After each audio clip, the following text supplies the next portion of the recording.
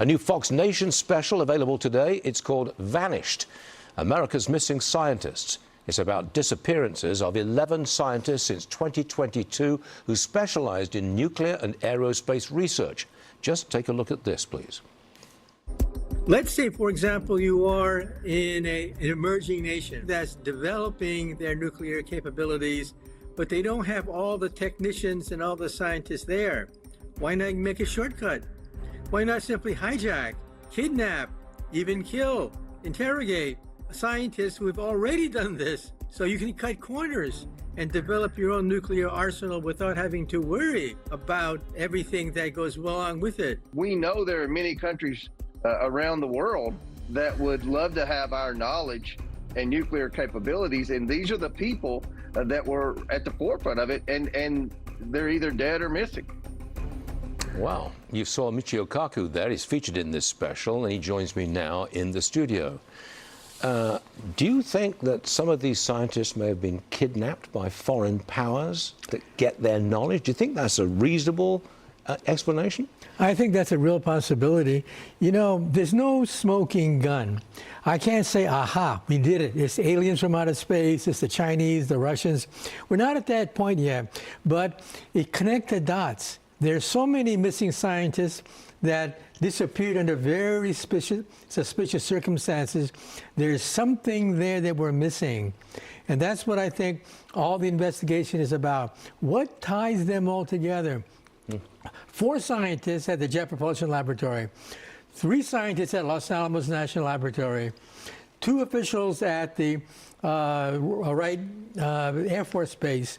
It's not an accident. There's something happening there, and we got to get to the bottom of it. And they're all in related industries like space exploration.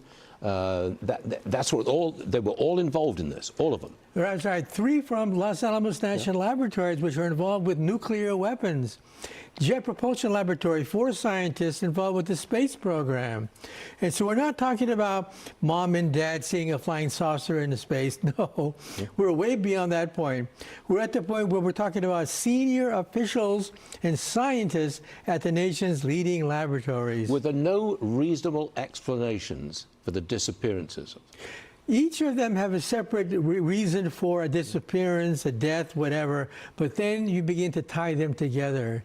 And then you see a commonality linking these individuals. They're linked to an Air Force base. They're linked to a laboratory. They're doing this kind of research on flying saucers and UFOs and things. And then you begin to realize there's a pattern. It's not random at all. So what do you want? An in-depth investigation into every single one of these disappearances? A government investigation?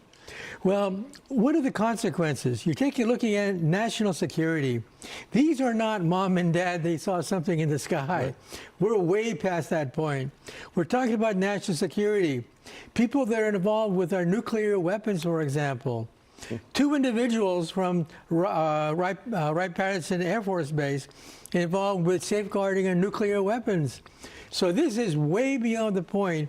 We just got to do something. That's dangerous stuff, isn't it? We're losing people like that. I want to change the subject for a second to China and President Trump's trip there.